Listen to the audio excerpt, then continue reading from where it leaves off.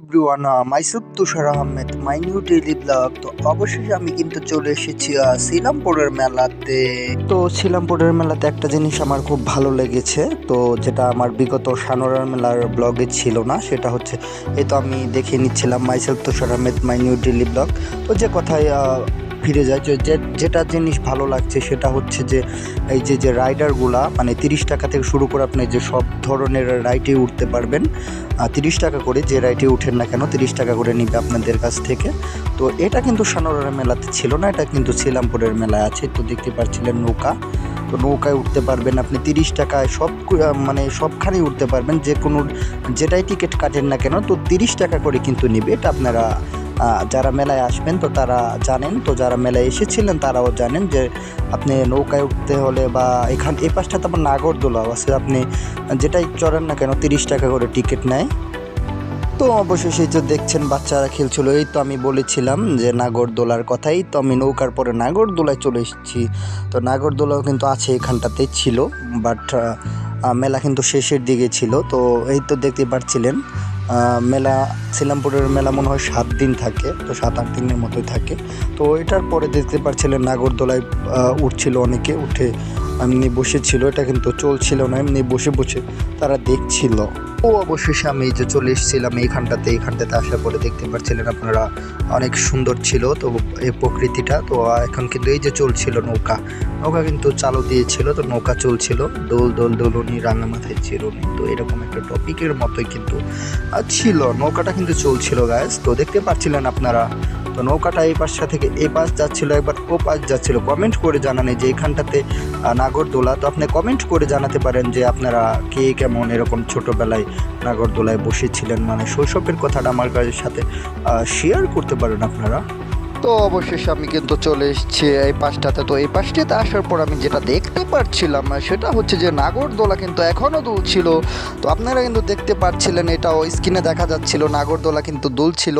তো এটা কিন্তু 30 টাকার বিনিময়ে আপনি নাগরদোলায় চড়তে পারবেন, এরকম যে শুধু একটা টিকিট কাটলে হবে। যে ঘোড়া আছে, তো ঘুরে এটা বাচ্চাদের জন্য, এই যে পাশটাতেও আছে, এটাও 30 টাকা। এই পাশটাতে লাফালাফি করার জন্য, তো সেটাও কিন্তু 30 টাকা বিনিময়ে আপনি পেয়ে যাচ্ছে না শুধুমাত্র শ্রীরামপুরের মেলায়। তো আপনারা কমেন্ট করেন, তো এরকম করে কে কে মেলায় ঘুরতে পছন্দ করে, যে লাফালাফি করার জন্য শিশুদের জন্য বিশেষ করে এটা। তো এটা কিন্তু আপনার 30 টাকা করে, এটা কিন্তু অনেক সুন্দর ছিল, আপনারা যতক্ষণ পারেন ওটা লাফালাফি করতে পারবেন। তো অবশেষে আমি এই পাশটাতে চলে এসেছি। তো এই পাশটাতে আসার পরে যেটা আমি দেখতে পাচ্ছিলাম সেটা হচ্ছে মাটির হাঁড়ি পাতিল। তো মাটির হাঁড়ি পাতিল আপনারা অনেক পাবেন। তো এটা কিন্তু মাটির ছিল, তো অনেক কিছু এখানটাতে আছে, স্ক্রিনে দেখা যাচ্ছে। তো এটা অনেকক্ষণ আমি ছিলাম এখানটাতে। তো এই যে দেখতে পাচ্ছিলেন মাটির সব কিছুই দেখা যাচ্ছিল এখানটাতে। তো এখানটাতে খুবনি ছিল, তো এই পাশটাতে দেখতে পাচ্ছিলেন, এই পাশটাতে সব কিছুই ছিল।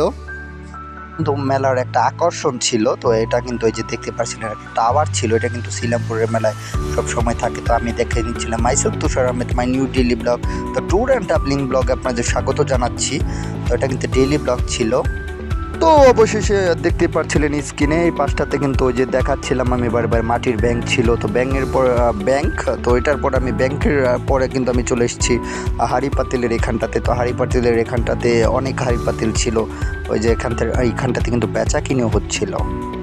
তো অবশেষে যে দেখতে পাচ্ছিলেন না আপনারা, এটা কিন্তু হাঁড়ি পাতিল ছিল। তো হাঁড়ি পাতিল কিন্তু অনেকক্ষণ ধরে বেচা কিনি হচ্ছিল। তো এটার পর কিন্তু আমি চলে আসছিলাম হাঁড়ি পাতিলের স্টোর। তা তো এখানটাতে কিন্তু হাঁড়ি পাতিল আপনারা পাচ্ছেন। তো আমি আরেকটা আপডেট দিয়ে দিই, আমার কিন্তু 90টা সাবস্ক্রাইবার হয়েছে। তো আশা করি বেশি বেশি করে সাবস্ক্রাইব করে দেবেন। তো বেশি বেশি করে সাবস্ক্রাইব করে দিলে হবে কি 100টা সাবস্ক্রাইবার হয়ে যাবে। তো সেটা উপলক্ষে একটা ব্লগ হতে যাচ্ছি, স্পেশালিস্ট ব্লগ। তো আমি যেটা আরেকটা আপডেট দিয়ে রাখি, তো ট্যুর অ্যান্ড ট্রাভেলিং ব্লগ আমার করা। তো ওই যে আকাশটা দেখতে পাচ্ছিলেন, তো অবশ্যই তো ট্যুর অ্যান্ড ট্রাভেলিং ব্লগে আপনাদের স্বাগত জানাচ্ছি। তো myself Tushar Ahmed, my new daily blog. তো আপনারা যারা জানেন আমি কিন্তু মিনি ব্লগ বানাই, তো এই যে এই পাশটাতে দেখছিলেন অনেক বেচাকিনি হচ্ছিল, তো এটা আমি আপডেট দিয়ে রাখি। তো আমি কিন্তু মিনি ব্লগই বানাই। তো এই যে এই পাশটাতে অনেক দোকান ছিল, তো টাওয়ারের নিচ দিয়ে আমি যাচ্ছিলাম। এই যে হাড়ি দোকান ছিল, গুপির দোকান ছিল, তো এই পাশটাতে হাড়ি পাতিলের দোকান ছিল। তো এই পাশটাতে দেখতে পাচ্ছেন মাটির ব্যাংক। তো অবশেষে সব ধরনের সরঞ্জামই ছিল মেলার মধ্যে, তো আপনি কেনাকাটা করতে পারবেন। তো আজকে কিন্তু ব্লগটা শেষের দিকে, তো শেষ ব্লগ।